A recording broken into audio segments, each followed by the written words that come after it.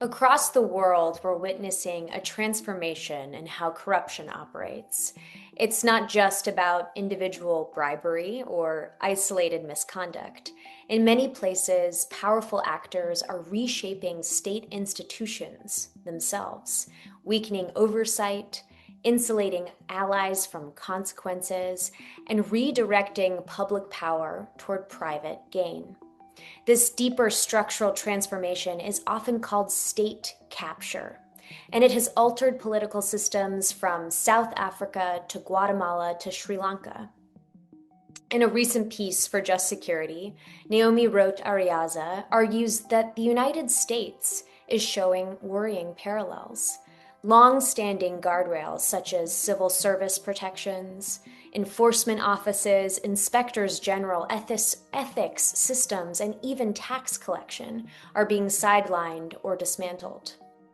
At the same time, those close to political power are seeing unprecedented opportunities for personal enrichment. Taken together, she warns, these trends bear resemblance to the early stages of state capture seen elsewhere. This is the Just Security Podcast. I'm your host, Dani Schulkin, Director of Democracy Initiatives here at Just Security. Joining me is Naomi Roht-Arriaza, Distinguished Professor of Law Emeritus at UC Hastings and author of the new book, Fighting Grand Corruption, Transnational and Human Rights Approaches in Latin America and Beyond. And the author of the recent Just Security article, Is the U.S. Becoming a Captured State? A Comparative Perspective. Today we'll talk about how corruption is evolving, the warning signs of state capture, and what it might take for a society to defend its institutions once these patterns emerge. So, Naomi, in your new book, Fighting Grand Corruption, you mention, quote, a new virulent strain of corruption that affects pretty much any vision of a common good. How would you describe this new form of corruption, and what distinguishes it from a more typical or everyday form of corruption? First, thanks for having me. This is great. I love talking about this issue. Um, so let me pick up from where you started, which is it used to be the way we thought about corruption was, you pass the cop $5 and he doesn't give you a ticket, or you give somebody, a little bit of extra money and the permit for your house remodel comes through quicker, right? That's what we used to think about. That still happens. I don't want to say it doesn't, right? But what we're seeing is no longer episodic. It's no longer about bad apples, right? It's about the way a whole system works. Um, so we have developed a series of both national and international laws that deal with corruption and anti-corruption. But they're all based on this idea that the state is really trying to combat corruption, right? Is really trying to find those bad apples and take them out, right? But that's not what's happening. What we're seeing is that the state itself, coming from the very top, is becoming part of a corrupt systemic um, apparatus, some of which, by the way, is illegal, some of which sometimes is perfectly legal, right? Um, and it's that sort of wholesale systemic from the top involving lots and lots, billions and billions and billions and trillions of dollars, right? Um, Creating economies that are severely weakened where public services don't get to the people they're supposed to get to, where, infrastructure falls apart because money has been stolen, where elections are rigged, where court decisions are rigged, where legislation is tweaked so that it favors the people who are in power and their family and their cronies and their business associates, right? And that's how the state is run. And so, under those circumstances, asking the state to combat corruption is a kind of fox in the henhouse sort of problem, right? Um, and we can see that this goes hand in hand with extreme concentrations of wealth, with the interpenetration of legal and illegal economies.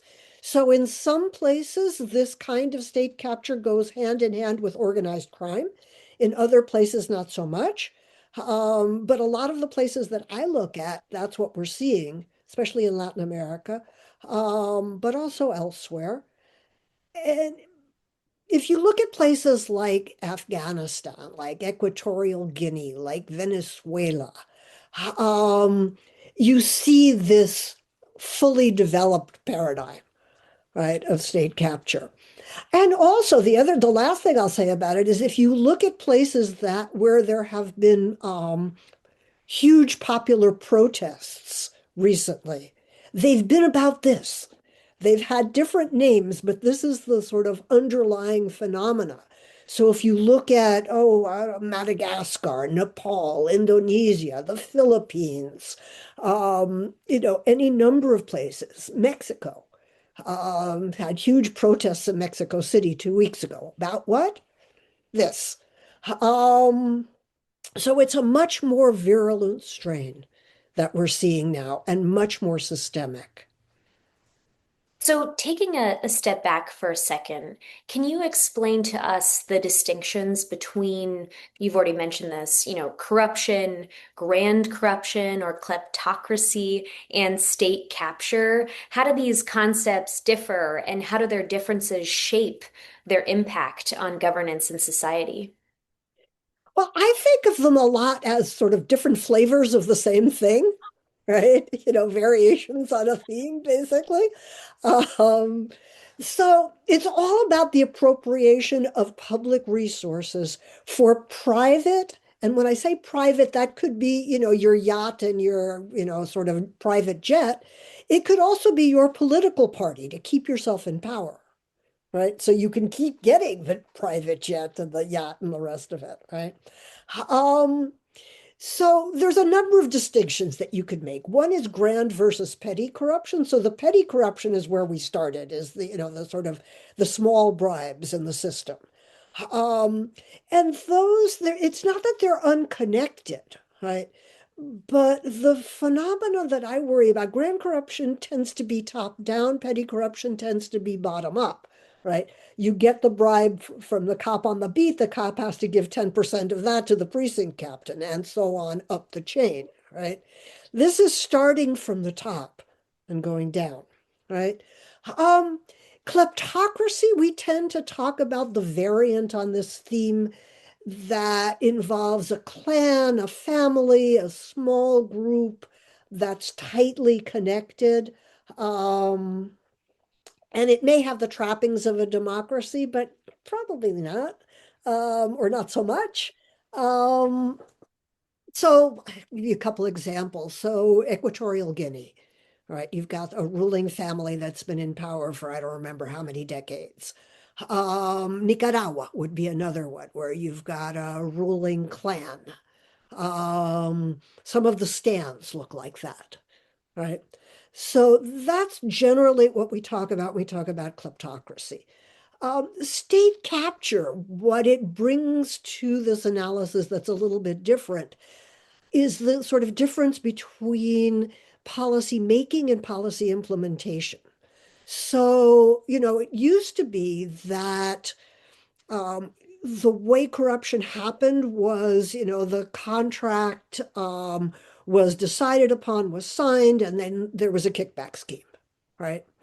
So this goes further because it's about the putting the institutions of the state at the service of this private agenda. So, and there what you've got are these, sort of people talk about it slightly differently, but I see it as basically three steps. One is the dismantling of safeguards. One is the creation of a situation of impunity, so you get away with it. Um, and the third is the illicit enrichment. But what state capture talks about is you use institutions to do this. So the Congress defunds safeguards or gets rid of watchdogs or appoints crooked judges or um, legislates that, from here on there will be no controls on such and such a sector of the economy, right? Um, so it's not just about the implementation anymore. It's actually about making policy. Some people talk about the reconfiguration of the state. But what makes it different is that it's not taking the existing institutions and kind of paying them off. It's actually changing them so that you don't need to pay them off, right? So they're already part of the system. So So you also write that different parts of the state can be captured to varying degrees by varying different forces. In any case, state capture involves using political mechanisms, as you just said, to favor the economic interests of a small group of people while creating impunity for their actions. I know you just mentioned this in part, but can you give us a few concrete examples of institutions or state functions that can be captured and what that resulting impunity might look like? I could give you examples from elsewhere, and then we can come back and talk about what it looks like here. So probably the best example of how this works comes from Guatemala, Hmm. which is someplace that I've followed for years. And there, what you've got, as of 2023, you've got a president elected on an anti-corruption platform, trying to do the right thing, being stymied at every turn by a prosecutor's office or attorney general's office, or what we would call here Department of Justice. Um, that is been captured by a kind of combination. In Guatemala, they talk about it as the pact of the corrupt. But who's in the pact of the corrupt? So it's sectors of the state that make, people who make a lot of money by letting contracts and by basically stealing from the government. Sectors of the military, not the whole thing, but sectors of organized crime, and sectors of the economic elite, right? That work together in an alliance. And it's not like it used to be where, basically the bad guys would pay off the state and the state would be like, okay, well, we have to do this because otherwise they'll either kill us or, right? That's not what's going on anymore. These are alliances where people sit down and negotiate stuff, and agree that they are going to work together. And so that's what we see in Guatemala, right? And so you have this anti-corruption president who basically can't do what he was elected to do because this pact of the corrupt are basically going after his political party, going after him personally, trying to decertify an election that happened now 2 years ago, going after criminalizing both members of his party and members of sort of social activist groups. Even prosecutors and judges have been criminalized, and many of them are outside the country now. Journalists have been thrown in jail for years for reporting on corruption. Um, and so there's an example of you have a captured institution, even though the whole state, maybe not so much, right? You could see this, the Peruvian Congress might be another example. In Mexico and Colombia, we've had cases where organized crime has taken over municipal governments, for instance, and told people, this is how you're going to vote. And if you don't, we're going to come back and kill you. Um, and oftentimes what that looks like is it sort of starts from the local level and moves up to congressional control, right? And there's a private sector element to it. In Colombia, for instance, there people who worked in the cattle and banana industries were supporting these paramilitary groups that were deeply entwined with the private sector in order to take over sectors of the country and put their own people in government. So you can see it happening different ways in different places. Um, but it's basically taking an institution, dismantling all the ways in which it's supposed to work and reconfiguring those ways so that they serve private interests. That's what we're looking at here. So, in your book, you also discuss using a human rights-based approach in combating corruption.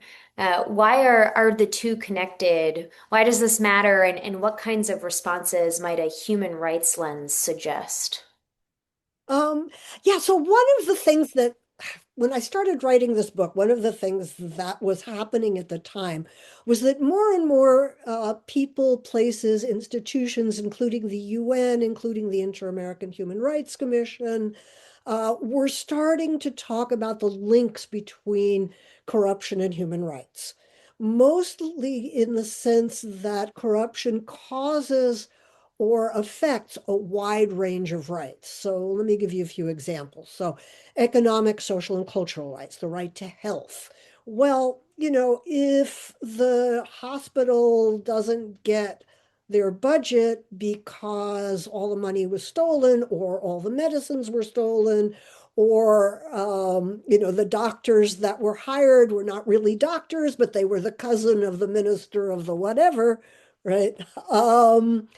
Then your health services are going to suffer, right? Same thing with education, same thing with right to food. A lot of the corruption that cases that I looked at in the book come from school lunch programs. Why school lunch programs? Well, because the people they serve are generally vulnerable and don't have political power to push back. And it's pretty easy, it turns out, to steal money from these school programs from the highest level. There's a case now in Peru that's, I think, a great example where you had a school lunch program. The Minister of Health at the time was the person who was president of Peru until about a month ago. And what they did was they stole the money and they took a much more limited budget and used it to buy horse meat, to buy stuff that was already rotten, to buy stuff that had maggots in it. And this is what they served to school kids. And of course, you've got hundreds of school kids that had to be hospitalized because of some, health stuff, right? Well, what is that? Well, you've got a human rights violation there. You've also got a set of corruption cases, right?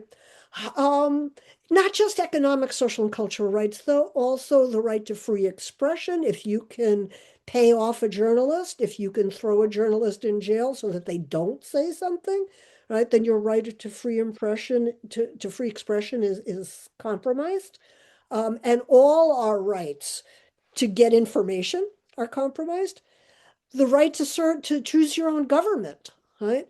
If you can pay off electoral officials, if you can register certain places, certain parties, but not others, if you can, as for example was done in Honduras under the not this government, but the one before that, the Hernandez government, what they would do is they would steal from all these social programs and take the money to fund their political parties. And that was how they maintained themselves in power, right? So you've got all of these ways. And it also works the other way. So you don't have a free press, for instance, because there's human rights violations and journalists are being thrown in jail. Well, that makes it harder to report on corruption, right? That makes it harder to see what's going on. Um, so there is this emerging kind of recognition of these links. And one of the reasons I wrote the book was the kind of so what question, right? Who cares about this? Um, so- right? Um, and what I ended up deciding was that the problem is that corruption has been seen as a victimless crime, right? Yeah, some people are getting rich who probably shouldn't have, but that's kind of how politics works. They're all like that, right? Or maybe the state is the victim, right? I mean, after all, it was the state that was stolen from, so the money should go back to the state. But that's not true. There are real victims of corruption, right?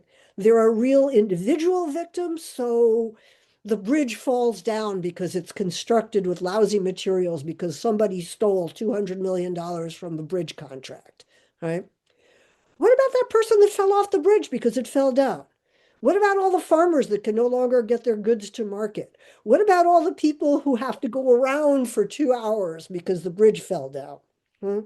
Those are real harms, right? And they need to be talked about. Once you begin to reframe it as a question of why is there no money for education, for health, for pensions, for whatever decent infrastructure, that changes the political dynamics, right? Um, it's no longer, it's not a left-right issue. It's not a Democrat-Republican issue. It's not a whatever, right? It affects everyone. It affects vulnerable groups the most, but it affects everyone. Um, so what changes in a practical way? Well, first, I think it's this narrative change that's really important. And we'll come back to this in talking about the US. But in addition, in a lot of places, so I do a lot of work in Latin America. And in a lot of countries, not all, but a lot of countries in Latin America, human rights law has a kind of preeminent position in domestic law. So it's higher than just like your basic statute, right? And so if corruption is a violation of human rights, then a number of things happen.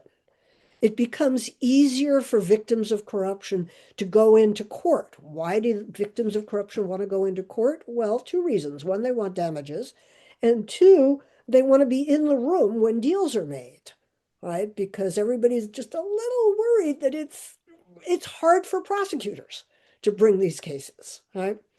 Um, so it has implications for that. It has implications for what do we mean by reparations? What do we mean? It's not just damages in the sense of, you get your money back, right? It's also about restitution. It's about satisfaction. It's about changing the rules so that this doesn't happen again, right? And once you start talking about it as something where there are real human rights violations and real people who've been hurt, then it becomes possible to have that conversation. There's also a set of more technical advantages around things like statutes of limitations, the use of extraterritorial jurisdiction. So if you can't go after the state because, the state is not going to prosecute itself, right? Not going to happen. So can you go around and go to international courts? Can you go around and go to third party courts, right? As a lot of the Venezuelans have been trying to do to get some of the money that was stolen from Venezuela back, which is, gazillions of dollars, right? But you can't really go into court in Venezuela and say, there's been a crime committed.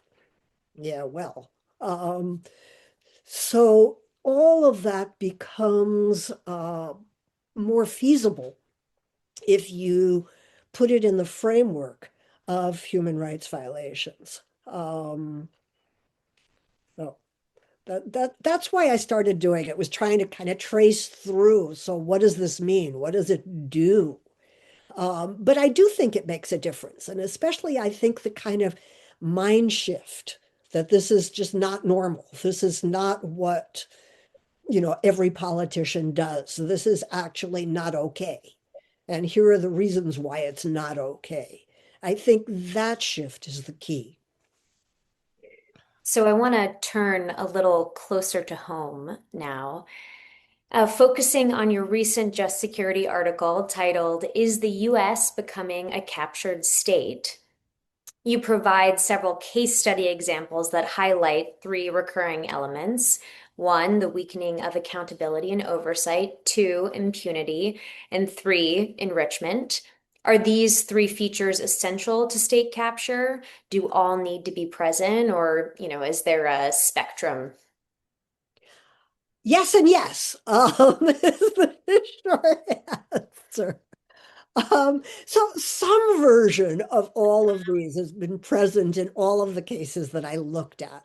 And there are also other cases that other people have looked at. I looked at South Africa, Sri Lanka, El Salvador, and Guatemala. Other people have looked at Hungary, at Russia, at Poland in the prior incarnation, etc. And all of them have some variant on these themes. Um, some variations have to do with the structure of the economy. So some places have many more state-owned enterprise, like South Africa, right? And so then that's where the corruption focuses. So it's enterprise, it's business, but it's state-owned business, right? Other places, it's more private sector focused. So we're talking about deals with sectors of the elite, right? Um, Another has to do with something we talked about before. Is this going in, is the money going into a few pockets, or is it going to finance, for example, political parties? Which I see as a variation on the theme, because why does the political party want to be in power? It's not about enacting a particular program. It's about having power. Why do you want power? So you can keep stealing, right?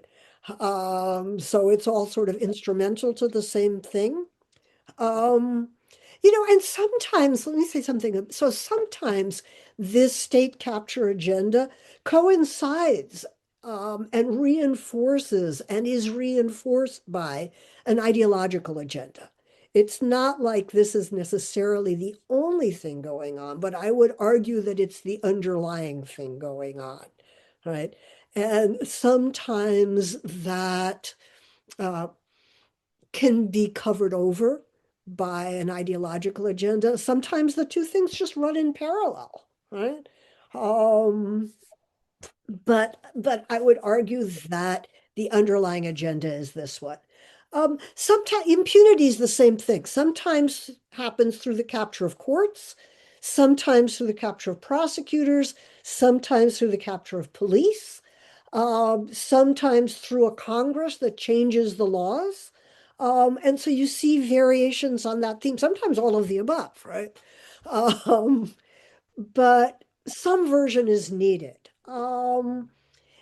Also, these things often run parallel to civil rights or human rights or due process violations. You see that oftentimes as a kind of a component of this, both in terms of finding scapegoats for, sort of problems with the economy, et cetera, and also in terms of putting down protests. So, kind of short way to sum it up is you scratch a dictator, you find large scale corruption. You scratch a kleptocrat, you find them killing or jailing the opposition. The two things tend to go hand in hand. Um, but these three elements seem to be present in all of the cases that we've looked at. So, in the same piece, you identified a number of troubling signs, as we referenced, in the United States today, many of which my team has been hard at work in highlighting in our anti-corruption tracker, also published on Just Security. Things like the politicization of the civil service, the sidelining or dismantling of enforcement offices and ethics offices, to, as you previously noted, the enrichment of the president's friends and family. Can you walk us through some of these developments? And in particular, I'm very curious to know, which stand out to you as particularly alarming or even under discussed. Sure. Um, and let me first say that if people are interested, really do check out this tracker. It's, it's quite impressive to see it day by day. I mean, we tend to be, the outrage of the moment, right? And then the outrage of the moment is followed by another outrage of the moment. And after a while, you're kind of like, okay, here's another one of these. But when you see them all together, it's actually quite impressive. So that's the first thing I wanted to say. Um, Thank you very much for that.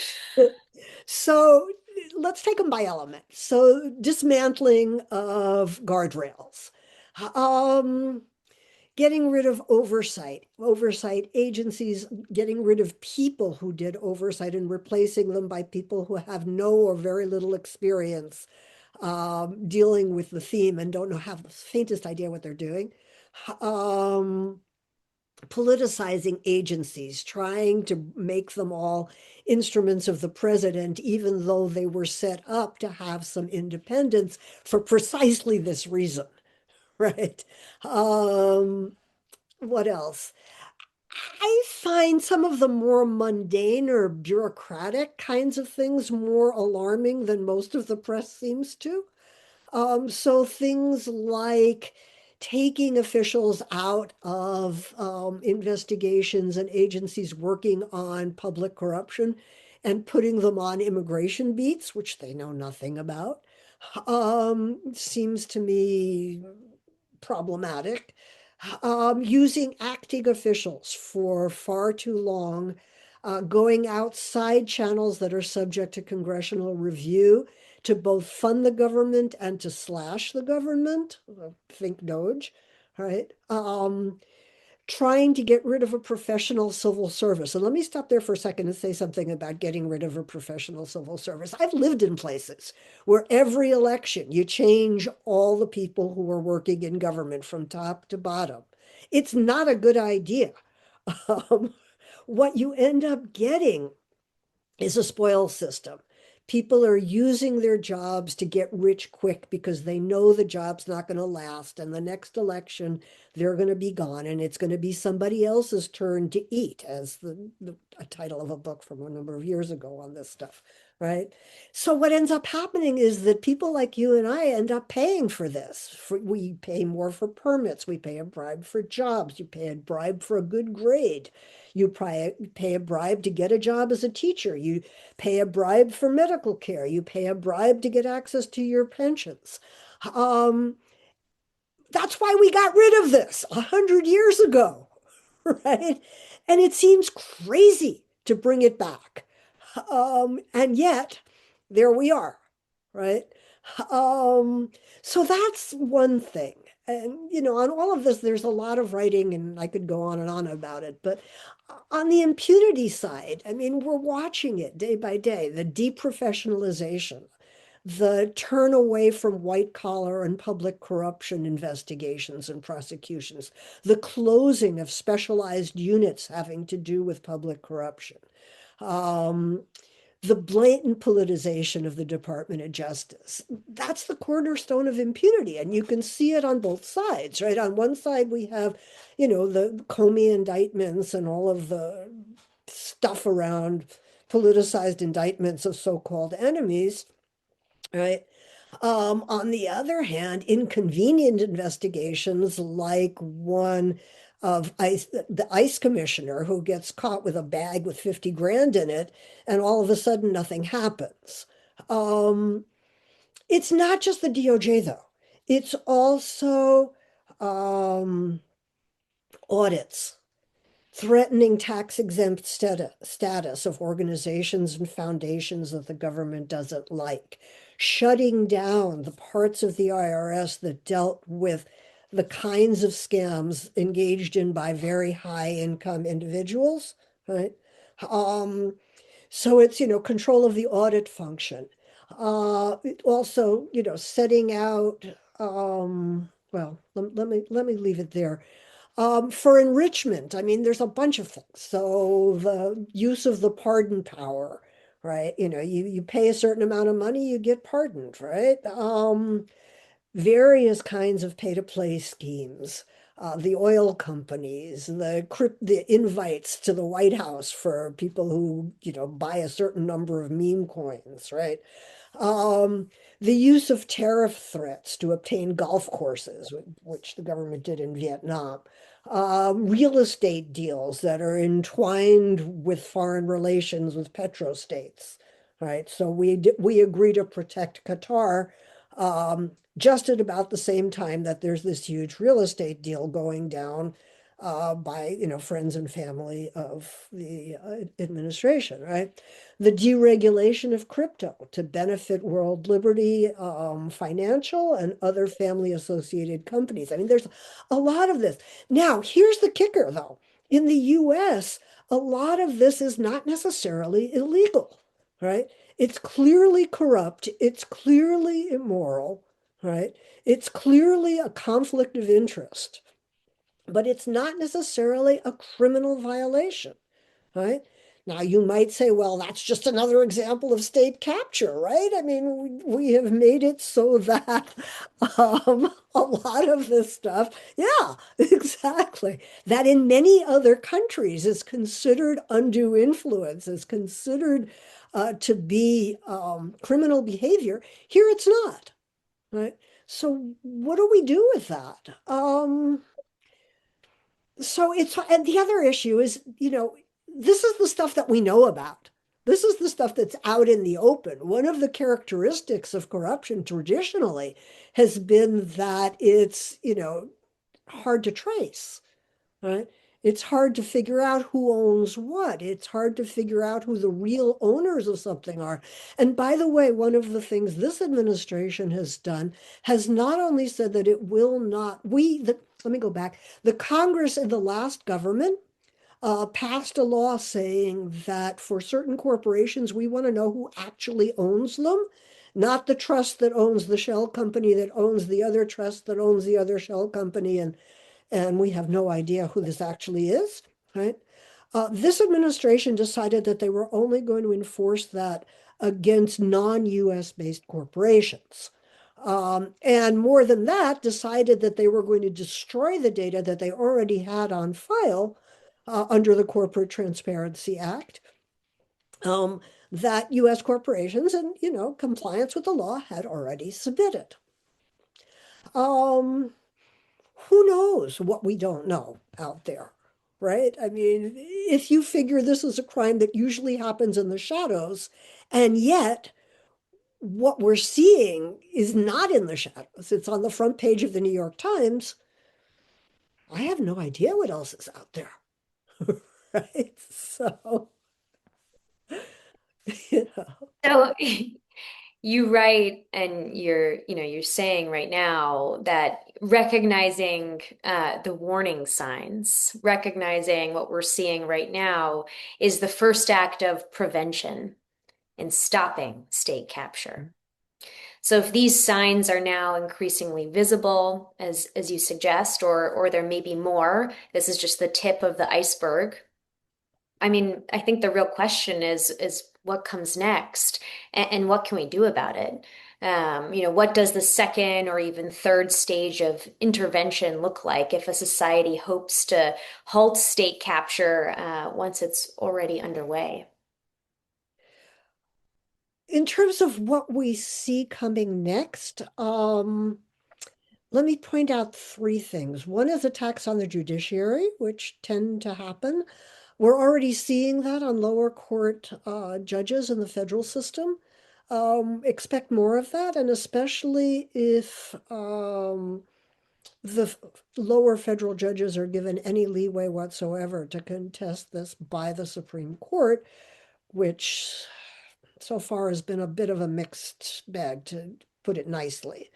Um, Also, more attacks on freedom of information, more hiding of data, more non-production of data. And especially one of the things that you will probably see if the economy starts getting worse and worse, there will be less and less data about what that looks like coming from the federal government. Um, Also, things like pollution, things like the effects of the deregulation that's going on. People who have lost money in crypto, right? I mean, expect all of that to be harder and harder to find. We're already seeing the other is attempts at changing voting. We're already seeing that both at the Supreme Court and through other kinds of tactics. Um, as the regime gets more unpopular, right, people start coming into the streets, and that creates a generally violent reaction. That's another thing that I really worry about in the US. We're already seeing sort of trying to put the pieces in place to do that.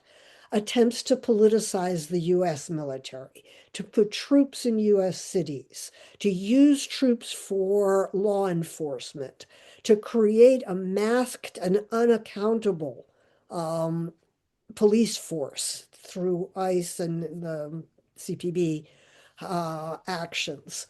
Efforts to go after the funding and tax exempt status of perceived enemies, whether they be at universities or foundations or activist groups or whatever. Um, Domestic terrorism designations. There's a